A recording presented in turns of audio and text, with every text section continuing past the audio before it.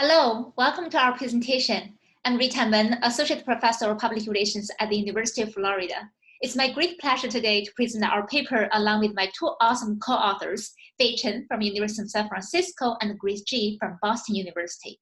The title of our presentation is Cultivating Relationships with Startup Employees, the Role of Entrepreneurial Leadership Communication. As we know, employees have long been recognized as the #1 stakeholder for the organization. And this is especially the case for startups. On the one hand, startup employees are the drivers of innovation and a competitive advantage for the organization. On the other hand, startups often face unique challenges in recruiting and retaining talents due to its highly uncertain and competitive environment. In the public relations literature, leadership communication has been recognized as a key influencer of the quality of employee relationship with the organization. However, most of the previous studies mainly focused on the large established organizations. There has been a lack of empirical research regarding whether and how leadership communication may impact employee relationship with the organization in the unique startup context. To fill this research gap, the purpose of our study here is to examine how startup leaders' communication, in particular, startup leaders' use of motivating language, can influence employee relationship with the startup. To better understand this process, drawing insights from self-determination theory and social identity theory, we propose two potential mediators. One is startup employees' psychological needs satisfaction. The other is their organizational identification.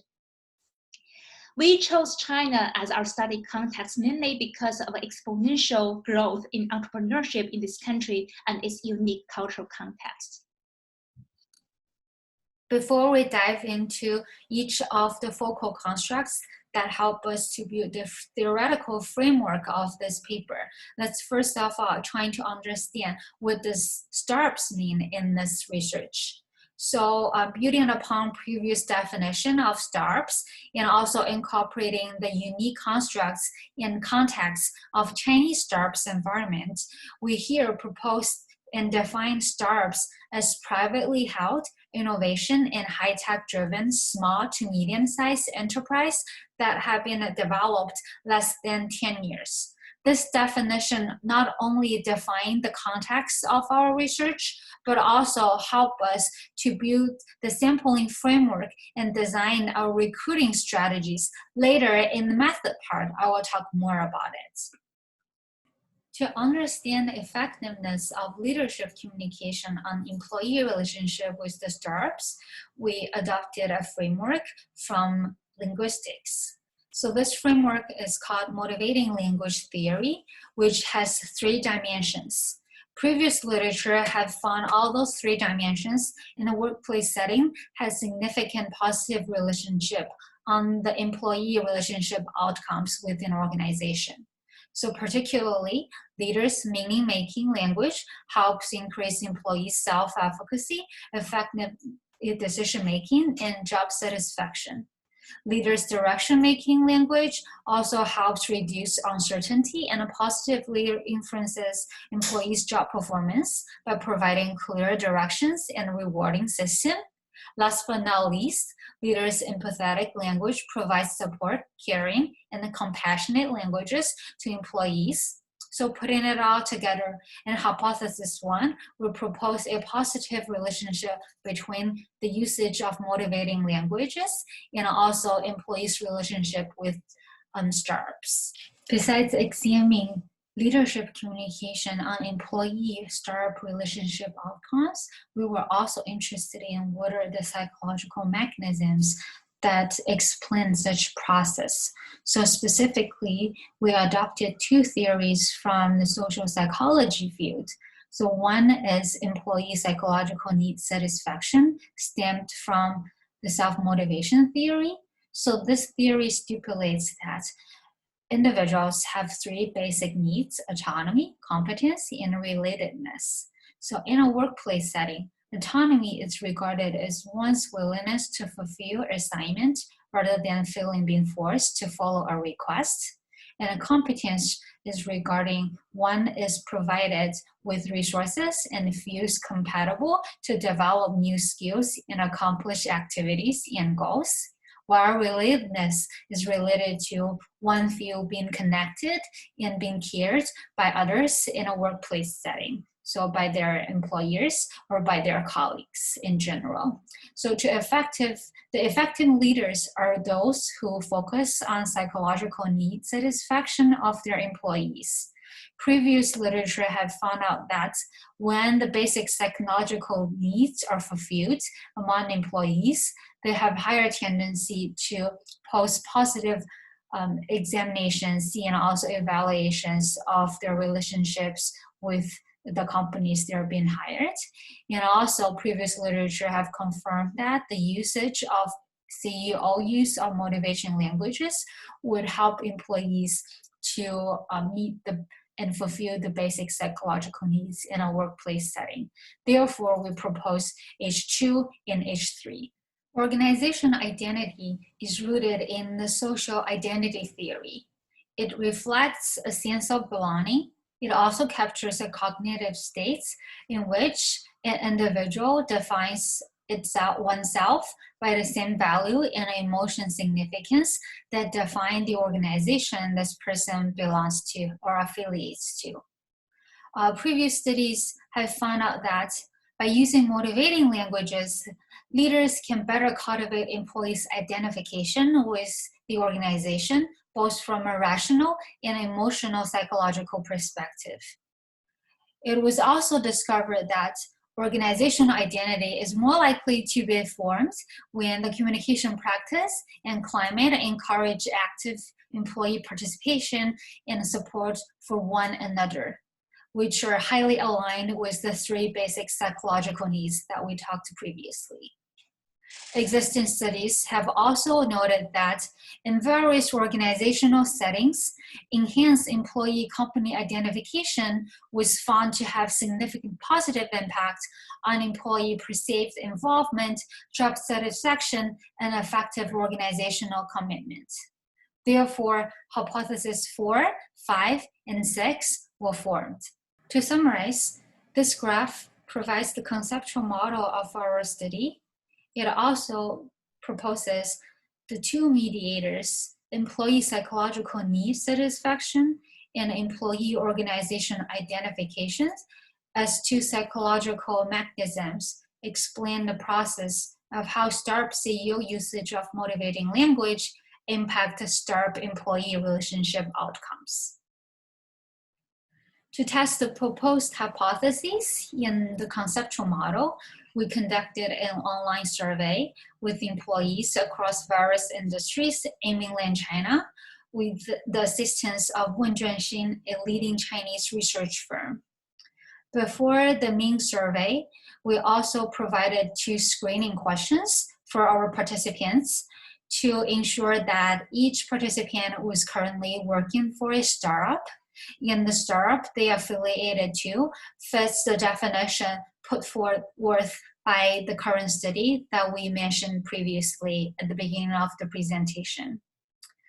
The study used a 7-point Likert scale to measure the focal constructs, all of which were adapted from the previous existing literature in English and were modified and translated to Chinese. To ensure the accuracy of our translation, we conducted a translation and back translation process. It was performed with the assistance of a professional translation service firm.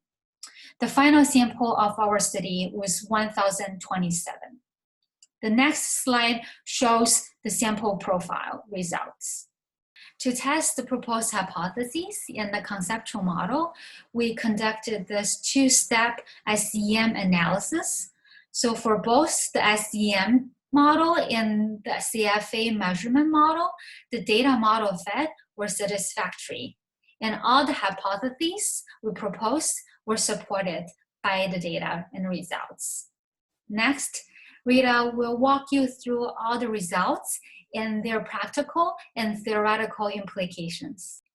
So, to further explain our major findings, Why does startup leaders' use of motivating language can influence employee relationship with the startup?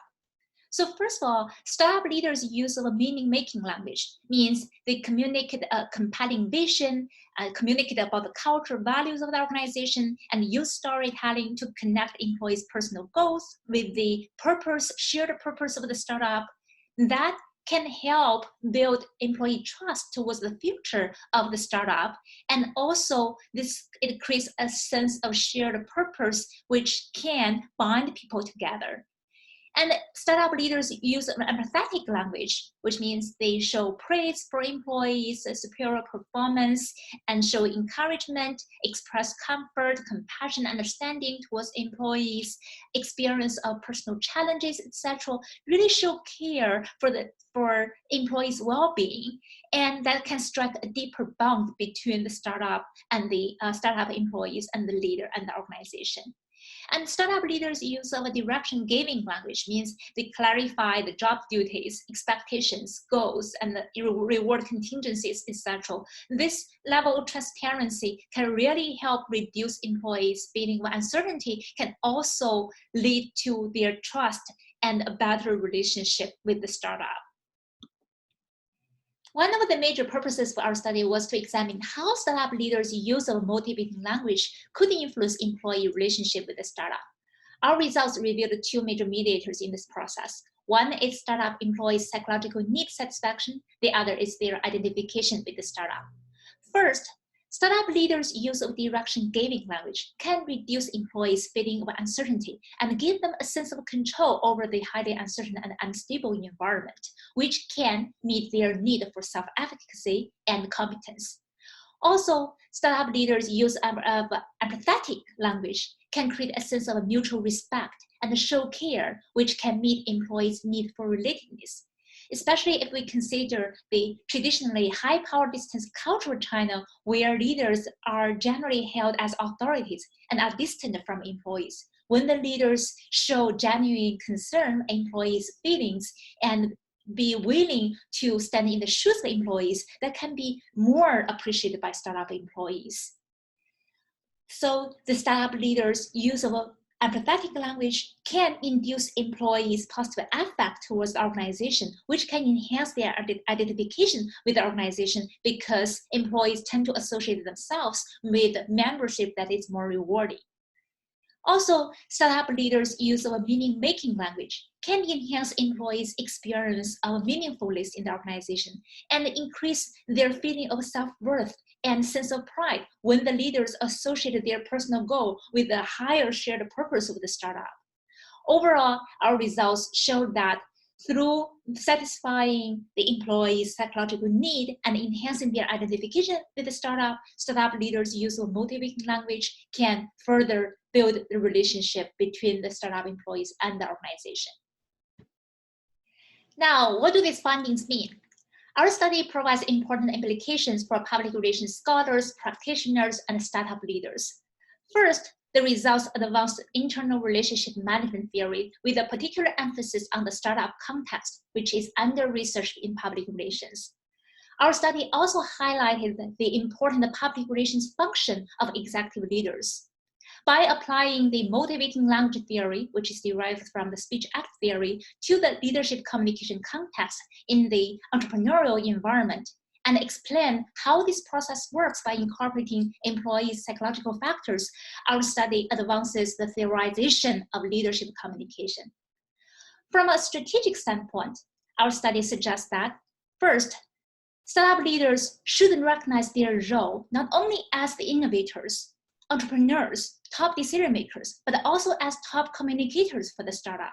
It's important for them to develop their communication competence, skills, and utilize motivating language to provide clear guidance to employees, to be empathetic in their communication with employees, and to use meaning-making language to create a collective sense of identity inside the startup. Our study also encountered some limitations that can be addressed in future research. Moving forward, we suggest that future researchers can use more qualitative approach to provide more nuanced and context-specific understanding of how leadership communication can influence employee outcomes. It's also valuable to incorporate the perspectives from startup leaders and communicators to have a more balanced and comprehensive understanding of how this model works. Also, future researchers can cross-verify the findings of our study in other cultural contexts beyond China. So this wraps up our presentation. Thank you very much for your attention. We welcome your questions, comments, and suggestions.